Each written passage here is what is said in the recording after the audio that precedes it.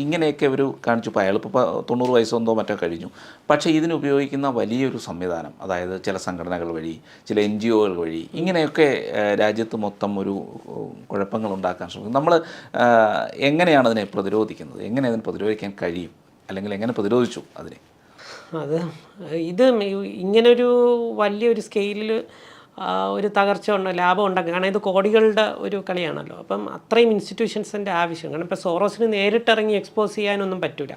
അപ്പോൾ അതുപോലെയാണ് ഹിൻഡൻബർഗ് പോലെയുള്ള അപ്പം ഈ പറഞ്ഞ ഓപ്പൺ സൊസൈറ്റി അത് ഇത് എന്നൊക്കെ പറഞ്ഞിട്ട് ഒരു ചാർട്ടുണ്ടല്ലോ ഇവരെ കണക്ട് ചെയ്യുന്നത്. അപ്പോൾ ഇതിൽ NGOകൾ ഇപ്പോൾ ഫണ്ട് വരണമെങ്കിൽ NGOകൾ വേണം, ട്രസ്റ്റുകൾ വേണം. ഇത് ഡയറക്റ്റായിട്ട് സോറോസുമായിട്ട് ലിങ്ക് ചെയ്യാൻ പറ്റില്ല. ഇപ്പം ഞാനിപ്പം പറഞ്ഞല്ലോ അദാനിയുടെ ഇതിൽ ഷോർട്ട് ഉണ്ടെന്നൊക്കെ പറഞ്ഞത്. ഇത് സോറോസ് നേരിട്ട് ചെയ്തതല്ല. പുള്ളി ഈ പറഞ്ഞ പോലെ വേറെ ഇൻസ്റ്റിറ്റ്യൂഷനിലിട്ട് അതാണ്. അപ്പോൾ ഇവർക്ക് എല്ലാവർക്കും കാശുകൾ കൈമാറണം. അപ്പോൾ ഇവിടെ നമ്മുടെ ഭരണം, ഈ കേന്ദ്രത്തിൻ്റെ ഈ ഇൻസ്റ്റിറ്റ്യൂഷൻസ് അല്ലെങ്കിൽ അധികൃതർ അത് കണ്ടുപിടിക്കാൻ വളരെ എളുപ്പമായിട്ടുള്ള കാര്യമാണ്. ഈ ഷോർട്ട് ചെയ്യുന്ന ഇപ്പോൾ അദാനിയുടെ ആണെങ്കിലും മറ്റേതൊക്കെ ആണെങ്കിലും ഷോർട്ട് ചെയ്യുമ്പോഴത്തേക്ക് ആര് ലാഭം ഉണ്ടാക്കുന്നു എന്നൊക്കെയുള്ള രീതിയിൽ അന്വേഷിച്ച് പോയാൽ തന്നെ മനസ്സിലാക്കാം. അപ്പോൾ ഇതിലൊരു ലീഗലായിട്ട് ഇതിലെന്തെങ്കിലും ഞാൻ പറഞ്ഞല്ലോ ഷോർട്ട് ചെയ്യുന്നതൊന്നും തെറ്റായിട്ടുള്ള കാര്യമല്ല. പക്ഷേ ഈ പറഞ്ഞ മാനിപ്പുലേഷൻസ് വരുത്തി അത് അങ്ങനെ വല്ല ഉദ്ദേശമുണ്ടോ എന്നൊക്കെ ഉള്ളത് കണ്ടുപിടിച്ചിട്ട് അത് പുറത്തുണ്ട്. ഇപ്പോൾ എല്ലാ ആരോപണങ്ങളും മാത്രമാണ്.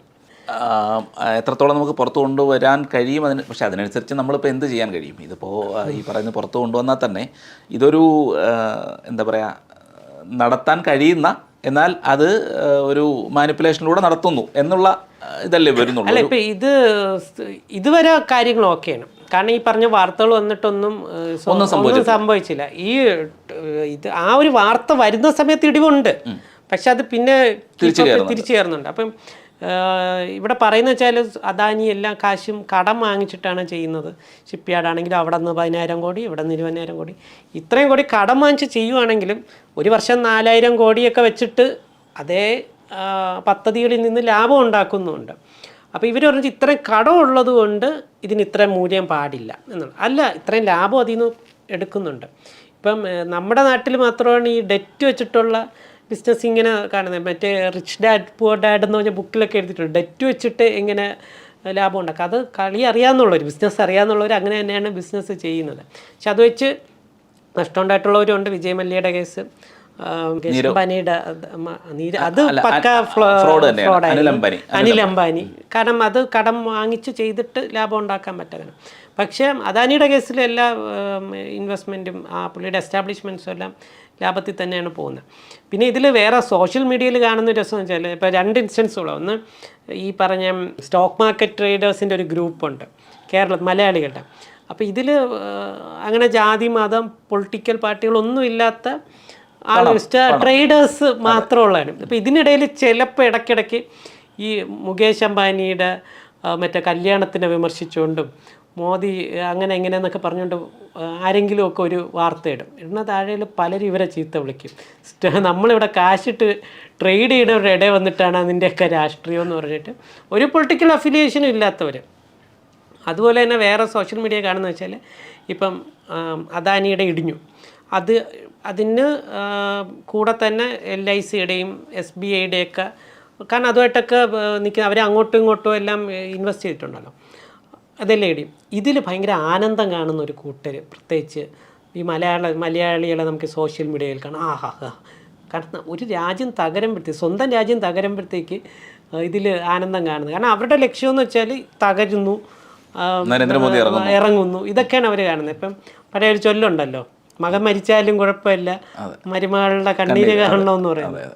അപ്പോൾ ഈ പറയുന്ന ഇനിയിപ്പോൾ ഇത്രയും സംഭവങ്ങളാണ്. ഇനി സോറോസിൻ്റെ ഉദ്ദേശം എന്തായിരിക്കും? ഇതൊന്നും പലതും നടന്നില്ല. ഇനി അടുത്ത പരിപാടി എന്തായിരിക്കും? എന്തെങ്കിലും ഊഹമുണ്ടോ?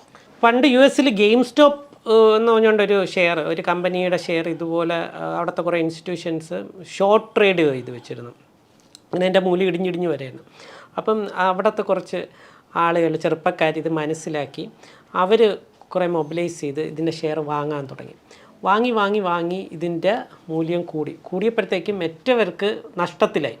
അപ്പോൾ അവരിത് സ്റ്റോപ്പ് ചെയ്യാൻ വേണ്ടി പലപ്പോഴും നോക്കുന്നുണ്ട്. പക്ഷേ ഇവരെല്ലാം ആ രാജ്യത്തുള്ള എല്ലാവരും ഇൻവെസ്റ്റ് ചെയ്ത് ഒരു വലിയ ലെവലിൽ എത്തിച്ച് ഇവർക്ക് എല്ലാവർക്കും വൻ കടമായി.